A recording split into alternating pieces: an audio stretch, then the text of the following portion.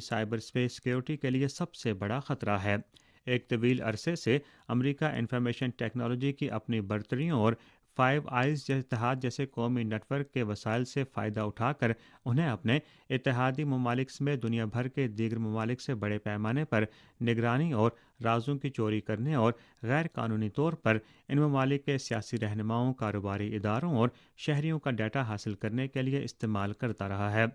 सिर्फ इस साल की पहली छमाही में अमेरिका और इसके बैरून मुल्क फौजी अड्डों से चीन समेत कई ममालिक पर 2000 बार से जायद साइबर हमले किए गए।